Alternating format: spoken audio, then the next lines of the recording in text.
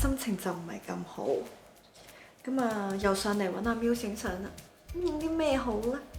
咦，今日咁啱我着一條淡黃色嘅長裙，咁一於就揾佢影啲黃黃地、暗暗地，有少少 moody feel。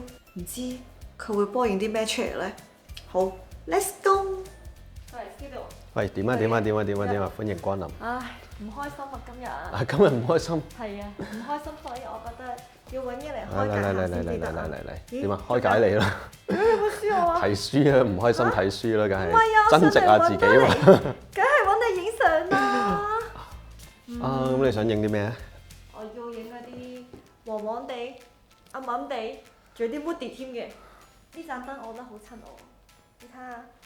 今日我呢一個黃黃嘅裙，淡黃色長裙，再加淡黃色嘅燈，仲唔係有一種憂鬱嘅感覺？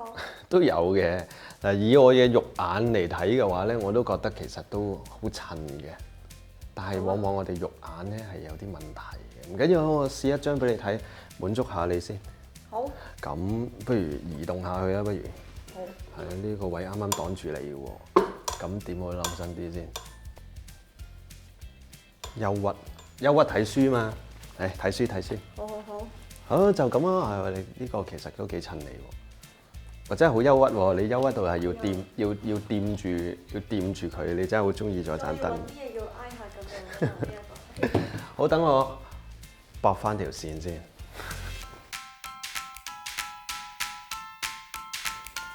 因為其實周圍啲光都好弱啊。咁既然咁弱咧，咁我點都要開始咗試一張睇下先嘅。咁我就開大光圈啦，100 ISO 啦，1.4光圈就試下。我感覺都好似好黑咁，我試下盡量光多少少啦。好，哇！影咗出嚟真係面都黑晒喎，啱晒你今日嘅心情喎。係喎，但係咁樣又好似嘥咗我個妝喎，咩都睇唔到喎。我推光啲俾你睇咯。有化妝過嚟嘅喎。推光啲，塊面係嗱，呢啲 pixels 就係爛晒啦，真係難搞啊！但我又覺得呢一個 feel 都幾好，係爭在好似。咁你覺得仲可以做啲咩咧？梗係你強項啦，打翻支燈先。好啊，我試下 Profoto 嘅 A1。嗱，一般嚟講咧，好多見到咁樣，咁啊應該係類似咁樣打落去啦，係嘛？即係向翻燈嘅角度咁樣打落去。咁我校翻聚焦少少啦。呢度有 modeling 㗎，啱晒。嗱，我當係咁啦。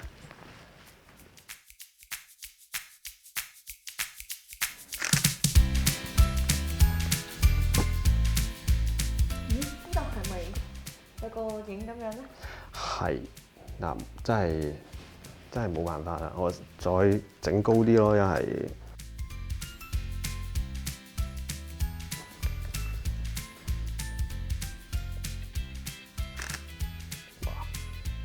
抬頭嗰啲喎，咁樣個氣氛又如何咧？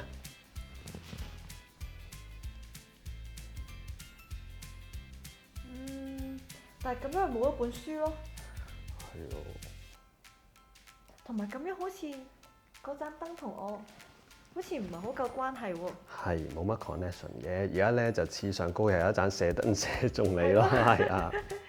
係嘅。嗰種即係太多要求啦，應該話 sorry， 係你太高要求啦。係咯，應該係我要同佢。嗱，我試多一張，嗱，我再調整下個角度啦。人又要清嘅，本書又要睇到嘅。好，再嚟多次啊！都係睇唔到本書添。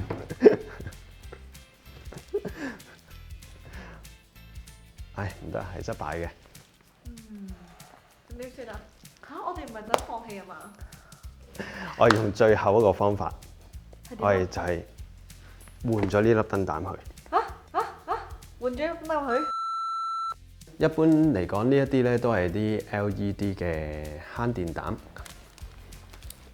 咁我就用一支 Profoto 嘅 A1 試下代替呢一粒燈膽。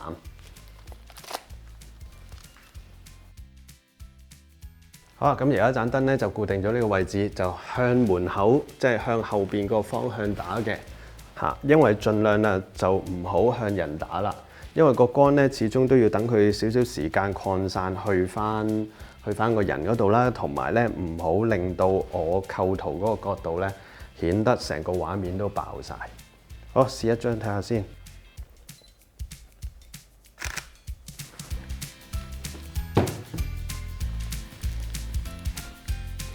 好啦，好少少啦，但係呢個距離好似遠咗啲，好似冇乜關係咁樣，係啦，保留翻少少。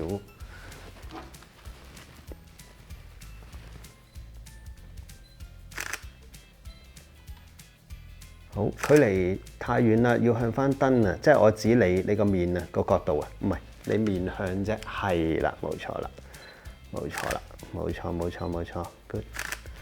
好，我再移動一下我自己嗰個構圖，等啊。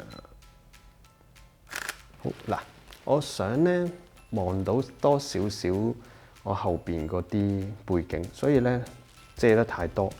如果你唔笨得太多喺呢一度咧，係啦，俾翻少少距離我影到後邊嘅，係啦，冇錯，你繼續喺呢個位度睇，係啦。喺盞燈嘅後睇下先，冇係啊，你唔使喐嘅，係啦，咁樣就夠啦。咁樣好啲啦，咁樣我哋睇到個背景。等我睇睇先。你個面咧太貼呢邊啦，係啦，冇錯，跟住擰翻向個燈嗰邊先，因為個燈係啊個角度。我又開翻呢個光啦。咁啊，另外產生咗一個新嘅問題嘅，就係咧，我點樣調都好啦，嗰個色溫咧就係畫面嘅左邊呢盞燈同右邊呢一堆嘢呢一盞燈咧，嗰個色溫係唔係好夾嘅嚇？原因咧就係後邊嗰盞咧繼續都係一啲照明嘅燈膽啦，比較黃啲嘅嚇。咁我而家呢個閃光燈個色溫咧，同佢大概係爭咗成2000K 有多，咁所以咧係建議加翻一張 Color Gel 落去。好，揾下先 ，Color Gel 擺咗喺邊度咧？再加翻一張1/2，甚至你中意個氣氛強啲嘅就一張 Full CTO 都得。咁咧，我建議一半好啦，Half CTO 啊，切翻落去先。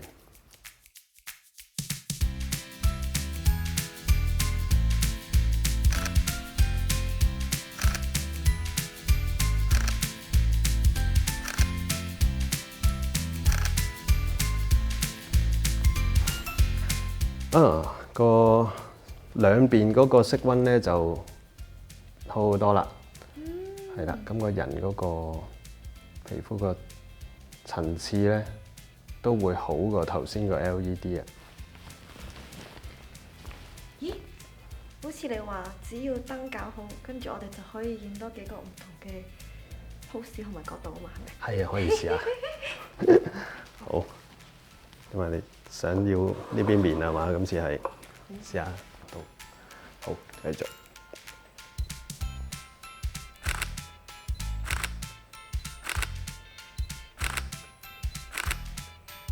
好，後翻少少就好啦。OK， 好。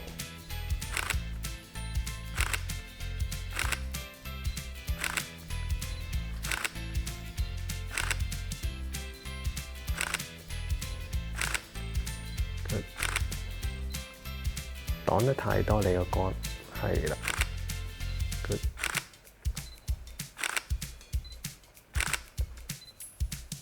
下去，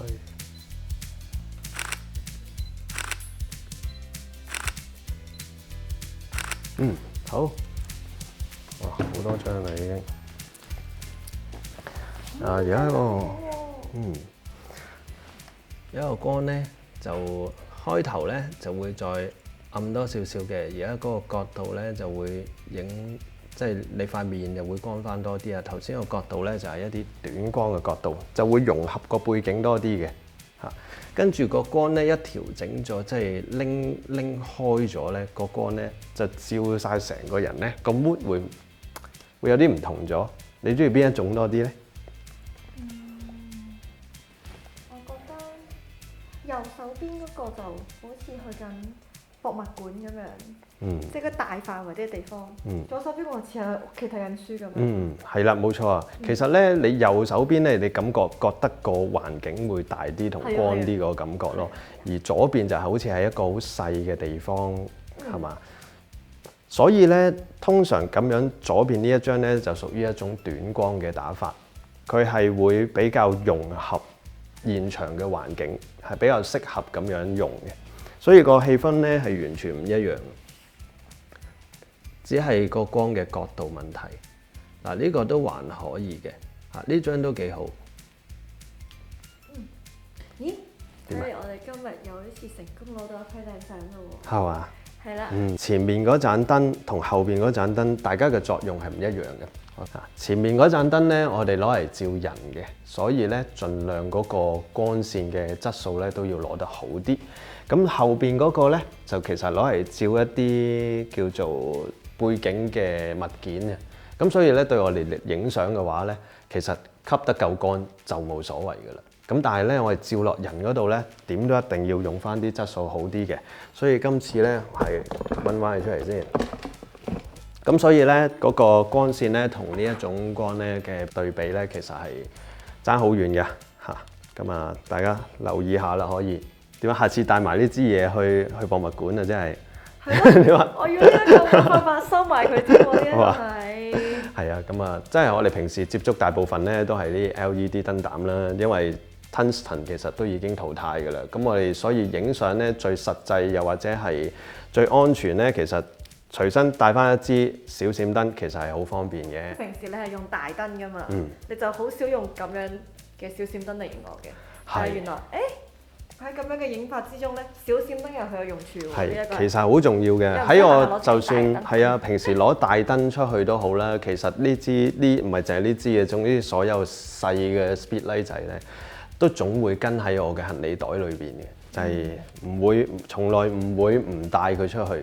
咁所以咧，大家可以慢慢再運用下一啲小閃燈喺你生活嘅拍攝上邊。下次記得，如果想影現場環境光嘅話咧，不妨試下換咗一個燈光，係啦，時候換咗一個光源，由 LED 變成小閃燈，出嚟嘅效果可能係會有好大嘅唔同。係，好，開心。咁我哋下次再見，拜拜。